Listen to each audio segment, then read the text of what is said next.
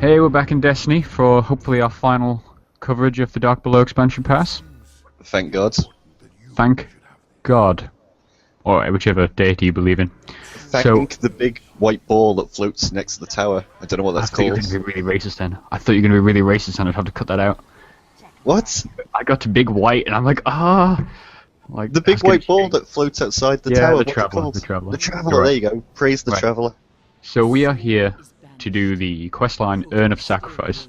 Now you might remember we did the third story mission, Awakening, and we got two other quests. One was to unlock the Will of Crota's Strike, which we've already covered, and the other one was for this, but we had to wait until Zur came to the tower. Tell me, is this urn like the urn in wrestling where it holds all of the Undertaker's power?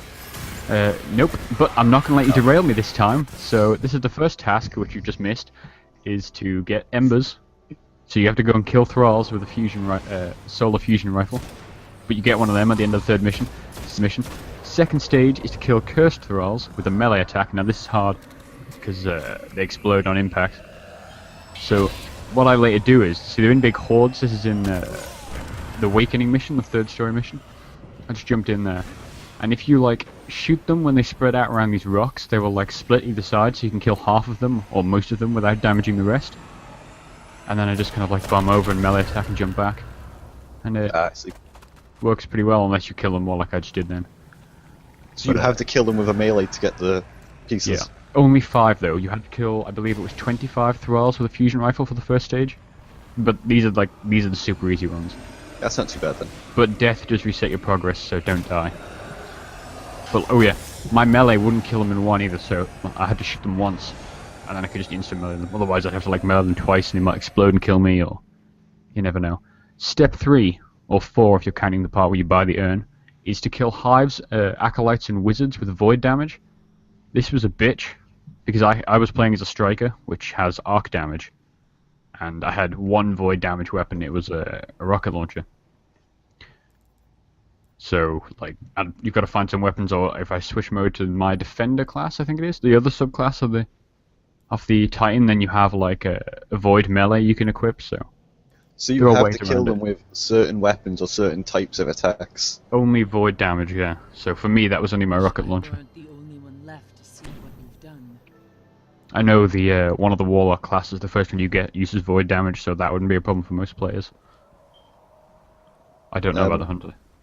So, step 5 is to kill this asshole on Earth. You go to the Skywatch building. This is, you go through the through that big building with the radar, I think. And this is basically where you'll get the Hive fighting the Fallen. So you just gotta wait around here, and there's like events every 5-6 minutes. It'll either work with the SAT event, where the satellite flies down, you know, with the public events. Yeah. Or when you get this part where the darknesses are fighting or whatever. So you just gotta kinda, you know, wait and you spawn. Shoot into a black room. Yeah, pretty much. Kill them as they spawn. So this is after a few minutes of fighting them, this ship appeared out of nowhere. And you can see these are all level 6s because I'm just in the patrol mode. But then this dude jumps down. Now he's quite difficult because he has an arc shield, I think. So you need to use arc damage to break through his shield. But luckily, you do get this fusion rifle in part of the story, so you at least have one weapon with arc damage. Is this the weapon you got for completing the 3 story missions? Yep. Yep. Well, you can switch between solar or arc, so it's super useful for the early stages getting the thrall kills and the arc damage on him. But he will just like tear you up because he's not level 6. Yeah. But I think he only spawns in this area on public events, so... Like, if I just got here one time, and people were failing to kill him, so I just zoomed out back to the map and came back in, because there's no point in me waiting around for another 12 minutes or whatever. Will he only spawn if the people around you are also on this step? No, he'll spawn anyway. Ah, okay. Regardless of level, but... Right, so, final step is to... Oh yeah, it's worth pointing out that between each one of these steps you have to return to the tower, I think, and talk to her to get the next part. But this is the final part, which takes you to the moon, this area we've seen in the story missions. And this is a pretty interesting fight. So they spawn you up with a load of swords, basically, and then put you in this really restricted room with hundreds of enemies. and you just gotta go crazy for a few minutes. It's like they do a lot of this kind of. Oh, we saw it in the other video, didn't we, when we covered the Dark Below? But it's just there's a lot more frantic combat. Yeah. I was really satisfied with this questline, which I suppose, given how simple it is, like says a lot about Destiny's design.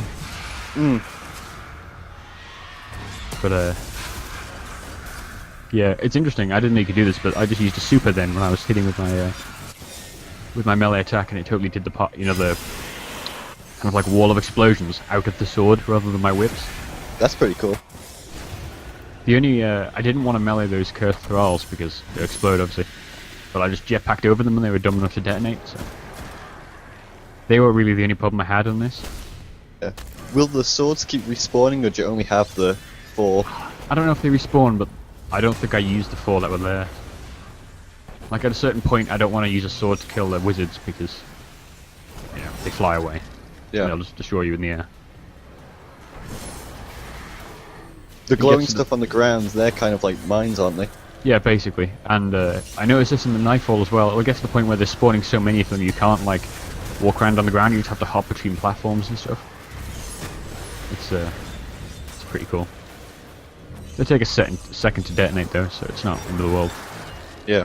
But this, like the first mission in the DLC, isn't replayable, so you can't replay this story or this like the whole quest line or this mission. That sucks.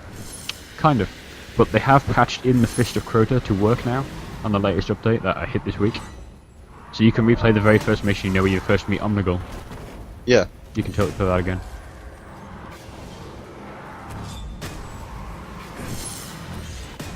Yeah, you just fight progressively harder waves of enemies. I was gonna say, before they were all thralls, and now they're the big melee guys. Yeah, they're nice. They're not, like, it's fine till they start getting guns, because you can hit them faster than they can you. Will they not chase you up the stairs there? No, I guess not. But there's no cover up there, so you can only, you know, survive for so long. Yeah.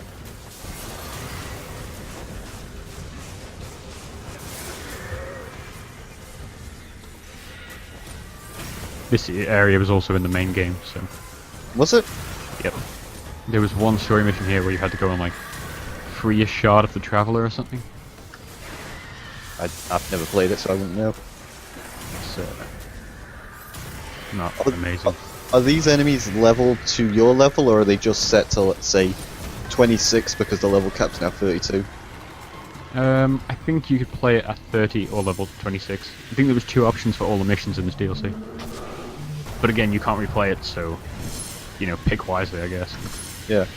But I'm only level 28 or 9 at this point, so I didn't want to run it solo at 30. Are they ogres? Yeah. I think they are the Furies.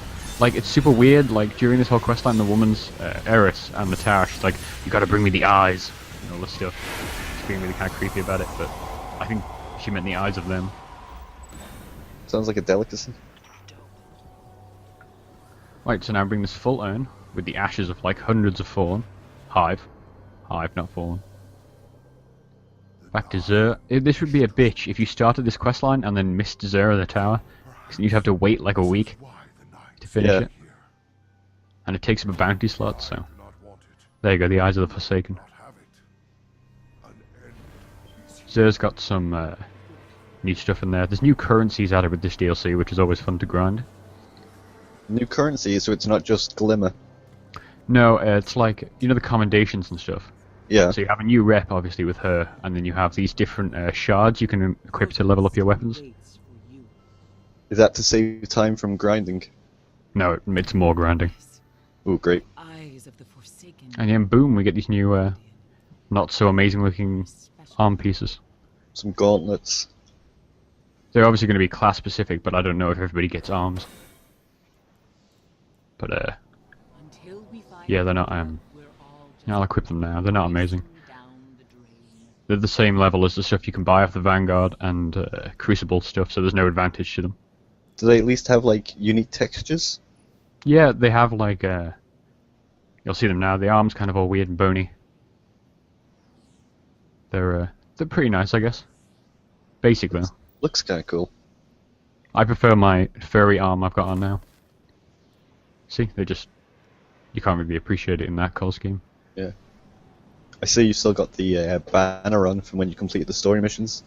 Yep, well, I wanted to get normal commendations and not class ones, so... Yeah, I think that's us. Thank you for sitting in on this Destiny adventure. This is where you say you're welcome. And sound appreciative.